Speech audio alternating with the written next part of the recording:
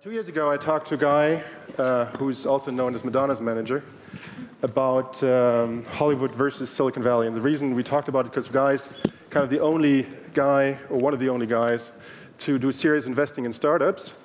And I thought it would be a good idea to just catch up and see if things have changed. Because back then, he told me, and you probably all know this, there's this cultural gap or divide between Silicon Valley and Hollywood. And it's mainly or in part because of, in Hollywood, kind of you don't invest your own money, the guy told me. That's what you learn. You don't invest your own money. Perhaps you invest your reputation, but not your own money. And that, of course, is quite the opposite of what's happening in Silicon Valley. So, Guy, why don't you come? And Guy Oseary.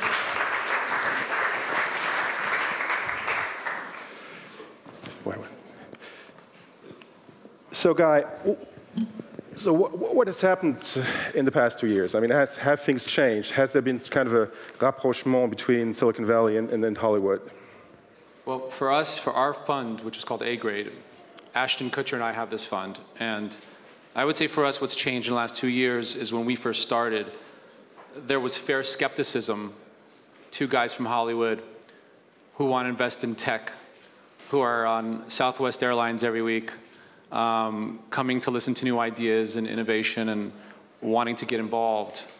And I think a lot of people have been burned with Hollywood or people who want a quick shortcut to getting into the action. And so I think 2 years later, people now know through our reputation and through the founders we work with and the companies we work with that Ashton Kutcher is very serious about helping these companies, and that I'm very serious about helping these companies, and that we've been very beneficial to a lot of the investments that we've made. Yeah. So I think 2 years later, people. I mean, are you still the only guy, only fund doing that, or are there other people now kind of following in your path? Well, I think that we were the first real fund to bring in an analyst. We have a third investor named Ron Burkle, so we put together a great team of people. And so I think we were the first ones to really make it a event program where we have a full team and we're functioning like any other fund in Silicon Valley. So you don't feel the difference. But today, I mean, there's always Barry Diller and Jeffrey Katzenberg have always had an eye on what's going on in the Valley. You've got CAA just started a fund where they're making some investments in the Valley. R. Emanuel and WME, they have a fund called RAIN, which they invest into. You've got Troy Carter, who manages Lady Gaga. You've got Scooter Braun, who manages Justin Bieber, who are all they're all involved. But I don't see it turning into 50 other people getting involved. Is this ever going to be a mass movement, kind of like the pilgrimage from Hollywood to Silicon Valley? I think that there's a misnomer that you can just get on a plane, fly to Silicon Valley for the day, and people will want to meet you because you're the celebrity or from Hollywood, and that you'll come home with the next Facebook. It's not going to happen. Just like if anyone in here came to Hollywood for a day and went out to nightclubs, you're not going to find the next big band. The odds are very against it. But some people think that could happen, and so there's such a long process. You have to really engage with Silicon Valley. You have to spend time there, go to one meeting, go to a second meeting, really learn the culture, and dedicate a lot of time to it. The other thing is you have to, once you find something you love, you have to write a check, right? You have to make an investment. It takes many years to maybe see that investment come back, or maybe never at all. So it's a high stakes game. So there's no guarantees, and I think that as long as there's no guarantees and there's a lot of work and a lot of effort, I don't see a lot of people making a commitment the way we have. So how do you operate? I mean, do startups come to you, or are you going out and looking for startups? I remember kind of last time you told me that when you were a kid, you used to go to bars and during the nighttime and kind of try to find good bands. Now you do that in the morning and trying to find good brands. Is that still the case? Yeah, well, what helps me a lot now is when I was an A&R guy at a record company, Madonna's company called Maverick, and I had to make decisions within the first song of seeing a band because we didn't have the money a major label had. So I built up this way to be able to discover and make a quick decision. And it's the same sort of thing here, where where I'm out looking for opportunities and ideas. Ashton Kutcher is out there looking for opportunities, and we make very quick decisions. You know, we don't waste a lot of time. We know what we like. But at this point, with all of our many investments and with all the many founders, they're the good, you know, word of mouth. People are sending everything our way. We have a pretty incredible deal flow. So what do you tell startups? I mean, what do you bring to the table? And why should they have you as an angel investor? Well, like, you know, in the beginning, there was a lot of telling. There was, here's what I do, here's what I've done, here's how I work with brands, here's my relationships, here's how I can market things. Ashton, you know, did gave his background on why he's right for it. But like I said, I think at this point, I can just say, call Daniel Ek from Spotify, or call Brian from Airbnb, or call Jason Goldberg from Fab, and, you know, ask them. You know, so instead of me telling you why we're great, you should just ask these founders, and here's their phone number, and let them explain what we do and give their opinion on why we've been beneficial to their companies. But tell me why, if I'm let's say a startup in Berlin, why should I want you as an angel investor? How does it help me? I mean, are you going to tweet about me or kind of have Ashton write something about me? I don't know. I would, you know, that would be the lowest level of what I would consider being helpful to the brand. You know, we have marketing backgrounds. We help you with your vision. We help you with your branding.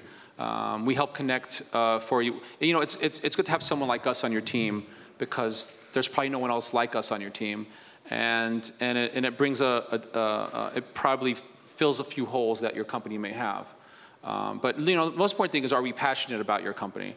And if we're really passionate and excited, you want us on the team. We yell very loudly. Now, A-grade, I mean, as a fund, do you have kind of an investment theme, or is it just kind of interesting stuff you come across? Or is there, so the investments you've done so far, tell me a bit more. I think we have our mantra, which is the company solving a problem? That's one. Two, do we love this? And three, can we really help this? And those are the three things that we look for in a company. Can you be a bit more specific? Talk about perhaps one startup or an example. I mean, all of them have this. They all have to fit that. So, you know, all the companies that I've listed that are here, Mobiroti's here, SoundCloud's here, Rap Genius was here last night. We invested in them. You know, so I mean, they're all companies that we just, you know, the founders are the rock stars. So when I was growing up, I'd have to, you know, you'd meet that artist that comes in and plays you the demo, and you go, this person has it. What do they have? You just know they have it. You go, I believe in this person. I'm going to invest my money in them, and I'm going to help them reach an audience. And it's the same thing. The rock stars are the guys, the founders running the companies. And you have to have a level of confidence in them that they can, that they're going to, you know, reach their potential. Cool. So when we talk in 2 years, perhaps, what has to happen actually to kind of improve the connectivity between Silicon Valley and Hollywood? I mean, is it just something that will grow naturally and kind of to overcome the cultural divide, or do you think something can be done or should be done to improve? Well, I think there's a lot of connectivity. Every company here has marketing, and there are a lot of people from Hollywood who are very, very bright when it comes to marketing, and you can connect those dots. You know, the more I understand what a company needs, the more I know what companies can help you from the entertainment world. You know, the disconnect is in the deal making. That, as you discussed earlier, there's a culture in Hollywood where you know, an artist doesn't pay to be in movies. They don't pay to make their own albums. Someone pays them. They pay them to perform. They pay them to do what they do. And you know, in the Valley, it's very much a, look, we really like you. We want you to be part of our company, and we'll let you invest.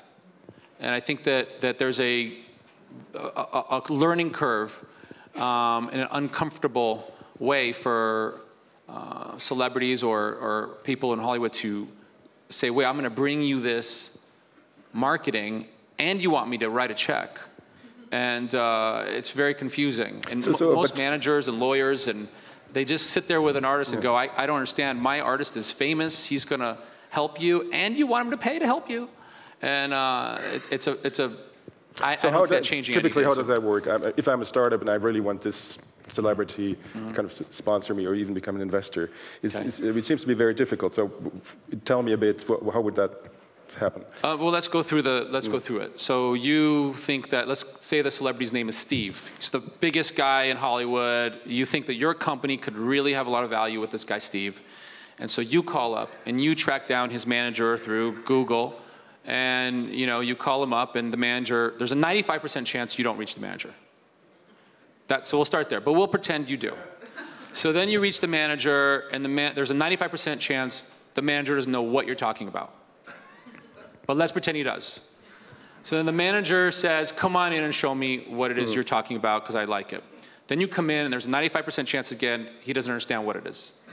But let's pretend he does. So then he calls up his client, Steve, and says, Steve, you're not going to believe it. Saw the best new thing. You've got to check this out. Now, 2 months have gone by, if you're lucky. Steve then comes in. He checks it out. There's a 95% chance. He goes, I don't know what the hell this is. Okay? But let's pretend he loves it. So now you've had to go through all these things, pretending that it works out. Now, here's the big part, the deal. So now, how do you make a deal? You go to Steve and you say, Steve, we love you. You're so right for this product. You're going to help get the word out. And our last valuation a year ago was $50 million. It was a year ago. We're worth so much more now, Steve. We're going to let you in at the last valuation. And we'd love for you to be part of that. And we think we're being really good guys. And that's where Steve says, get these fucking guys out of here. Okay, no chance. Steve goes, I'm writing you a check. This makes no sense. Fired my manager for even making this meeting happen. And get me a movie. I can't deal with this internet stuff. So there's a disconnect there. Now there's going to be select few people, very small, and people in here who work with me, or there's other people here from Hollywood, or the maker guys are here, and they know what I'm talking about. That there's there's a few people who really get it, but I'm talking about the 95%. What I just said to you is the average of what's going on. So we have 2 minutes left to talk about the music business. I mean, if there's a disconnect between Silicon Valley and Hollywood, it's of course, there's also an economic clash. I mean, stuff that comes out of the Valley tends to kind of reduce the profits, Hollywood's profits.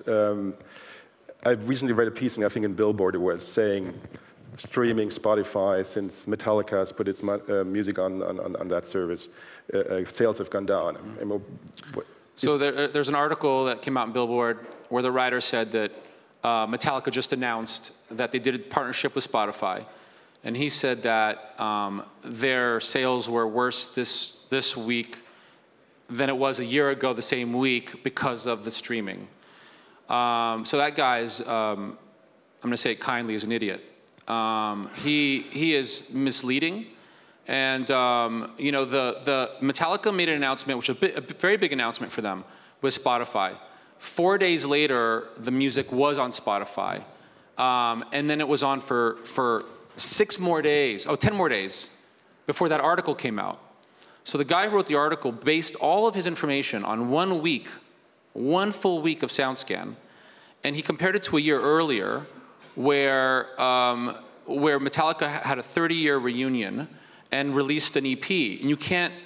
He left that out of the article, and from what I know, the streams were maybe 80 to 90% outside the U.S. anyhow, and 10 to 20 were in the U.S. So to base all that article on just 1 week of sales on Metallica is, I think really misleading and unfair, and that at some point people need to deal with the reality that streaming is a really good future for music. But still, I mean, this article may be wrong, but still there is this tension that the stuff out of the Valley kind of tends to disrupt Hollywood's business models. I mean, is streaming kind of do you think, is that at least for music? Video cassettes are disruptive. CDs are disruptive. You have to open yourselves up to disruption and work with disruption. Instead of swimming against the current, the tide, you've got to ride the current. I think that this guy was obviously looking for a headline, and it's misleading to people in the music industry who are quite concerned, and that's fair for them to be concerned. That, is this really going to hurt my job? Is it going to hurt our sales? Is it going to hurt my artist? And I think it was an unfair point of view, and he put no time to do some serious diligence on it. And it'd be great for us to know more information. Do more diligence. Tell us, is it really not working? But don't base it on 1 week. Last question to wrap this up. Kim.com yesterday said he's back. Yeah. That's quite spectacularly. So what do you think about him? I don't know enough about him, but I was hoping to, at one point I wanted to do a documentary on him. I think he's pretty colorful, and I like colorful people. But I don't know enough about where he's at. I mean, I wouldn't mind. Is there a difference between Sean Parker and Kim.com? Both disruptive. Both probably have a good life. Both like to have a good time. I don't know Kim.com, but I think his name rocks. It's pretty cool. Okay, cool. Thank you very much, Guy. Okay. See you in 2 years. Okay, Thanks a lot. Cool. Thank you, guys.